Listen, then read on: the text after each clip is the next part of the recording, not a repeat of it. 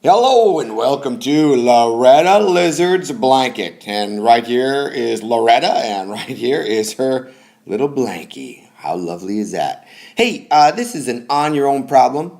So you should have solved the entire problem on your own, and now you're watching this video to make sure you did everything correctly. So, with that said, here is your scenario. You have a new pet lizard named Loretta. Right here she is. She is adorable, but she gets cold at night, so you made her this nice little blanket here. The blanket used 2.25 yards of fabric, and it cost $31.50. How much did you pay per yard for this fabric right here? So let's go ahead and write this down. You've got $31.50 that you spent on the fabric, and that was for 2.25 yards. So really you have 31.50 divided by 2.25, and that's how you would think of this problem. Now, I always like my divisor to be a whole number, so this is what I like to do. I like to take this and multiply it by the giant 1. So what I'll do here is I'm going to just take this and multiply right here by, oh my gosh, that is not a very pretty 1, is it? However, think of this as a 1. Now I'm going to multiply this by the giant 1 and this by the giant 1. And since it's a fraction form with this line here, it means I'm going to have a new fraction but with the same value, okay? So let's go ahead, and since I want to go over two places because I got the tens place and the hundreds place, I'm going to multiply by 100 right here, right? So if this is indeed a 1, that means I got to multiply by 100 up here as well. And that's going to give me a new fraction, and that new fraction will be 31.50 times 100 is going to give me 3,150, and that's over 2.25 times 100 is going to give me 225, right? So now I have a new divisor that is a whole number. Now, how does that look if you've got your area box and you're doing area division? Well, let's just go ahead and look at that. So now here I've got the 31.5 that I'll put in here. So I've got 31.5. Now you could add the 0 or you don't have to. In this case, I'm going to just go ahead and put it there because it's right up here. And then my divisor is a 2.25, right? So I got 2.25, right? And now if I want to move this 2 decimals, I'm going to multiply by 100, by 10 and then 100, right? So that'll move this decimal 2 places and put the decimal right there, right? Now, if I did the same thing here, I would move this 2 places, right? So I'd go, I'm going to do a different color. I'll go 2 places, and my decimal would go right there, right? So that turns this 3150 into 3,150, and this 2.25 into 225, just like I did up here. And that's what you're really doing with these loopy-doops, as I like to call them. You're really multiplying by, in this case, 100. However, I want to get rid of all these loopy-doops and decimals so I have a cleaner space to work. So let's do that now. And bam, there we go. So we've got 225 going into 3,150. So the very first thing I want to do is go ahead and move this, all this information, because I need a little more room to work. And now if you notice, I've got my 2's written because of these 2's, my 5's written because of the 5 here, and then since I'm going to round this up to 300 for any estimations, I've got my 3's written as well. So let's go ahead and look here, and 225 will not fit into 3, it will not fit into 31, but it will fit into 315, and it'll go in there one time. So what I'm going to do is get a place value holder for this and put a 0 right there, and then my 1 right there. So as you see, I'm really multiplying by 10. This 0 would give me a 0 right down here, and the 1 would give me 225. Or I can also think of this as 10 times 225, which would give me 2,250. So I got 2,250, and my zero is already written right there.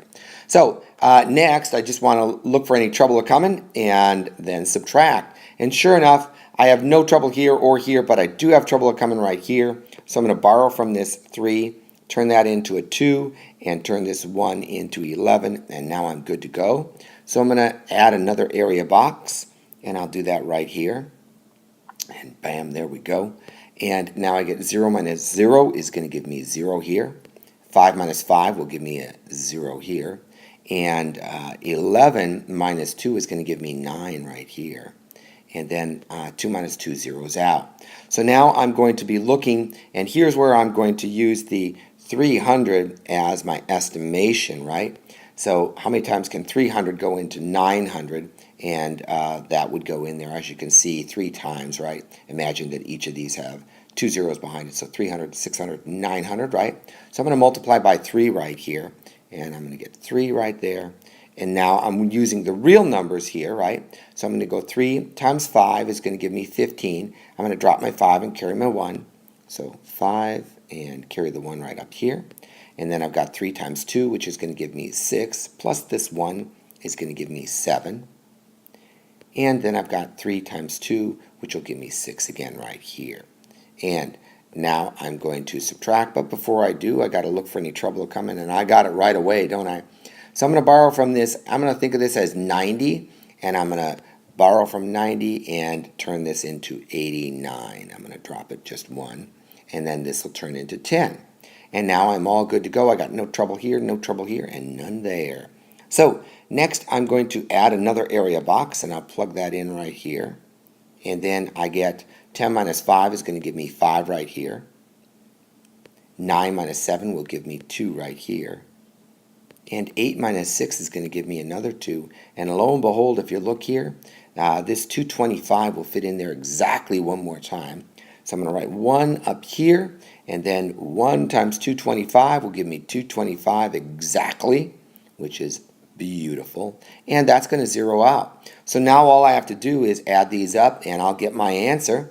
Let's go ahead and do that now.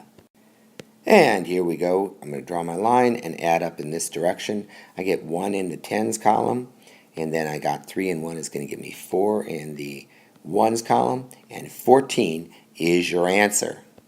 But wait a minute, because that's not really quite your answer, because this is really $31, right? Because over here this was $31. Let me just change this. And that's dollars there, right? So I got $31 for 2.25 yards, right? So over here, this is really dollars here, which means that I'm trying to figure out if this is $31 for all the fabric, and I got 2.25 yards, how much did I pay per yard? Well, you paid this is actually $14 per yard, right? So that would be a dollar sign there, and it would be 00, right? And it's $14 per yard. And that, my friends, is your answer to this problem. Hey, if you made a mistake anywhere along the way, no worries at all. Simply pause the video, fix your mistake, and that is your fastest way to learn. So let's just wrap this up and go equal sign, and it's $14. Perfect. All right, I'll see you next time. Have a great day. And now, on to counting by the numbers. This is a great strategy for anybody who does not have all their multiplication facts memorized. Counting by threes. Ready? Here we go. 3, 6, 9, 12, 15, 18, 21, 24, 27, 30. 3, 6, 9, 12, 15, 18, 21, 24, 27, 30. 3, 6, 9, 12, 15, 18, 21, 24, 27, 30. Counting by fours. Ready? And 4, 8, 12, 16, 20, 24, 28, 32, 36, 40.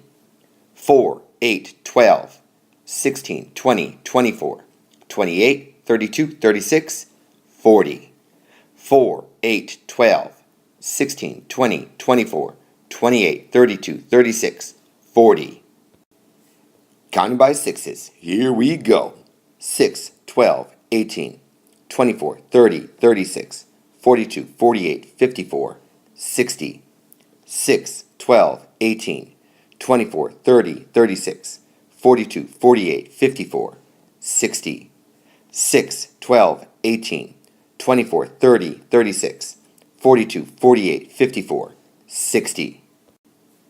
Counting by sevens, here we go. 7, 14, 21, 28, 35, 42, 49, 56, 63, 70. 7, 14, 21, 28, 35, 42, 49, 56, 63, 70. 7, 14, 21, 28, 35, 42, 49, 56, 63, 70. And counting by eights, here we go. 8, 16, 24, 32, 40, 48, 56, 64, 72, 80. 8, 16, 24, 32, 40, 48, 56, 64, 72, 80. 8, 16, 24, 32, 40, 48, 56, 64, 72, 80. Counting by nines, here we go. 9, 18, 27, 36, 45, 54, 63, 72, 81, 90. 9, 18, 27, 36, 45, 54, 63, 72, 81, 90. 9, 18, 27, 36, 45, 54, 63, 72, 81, 90.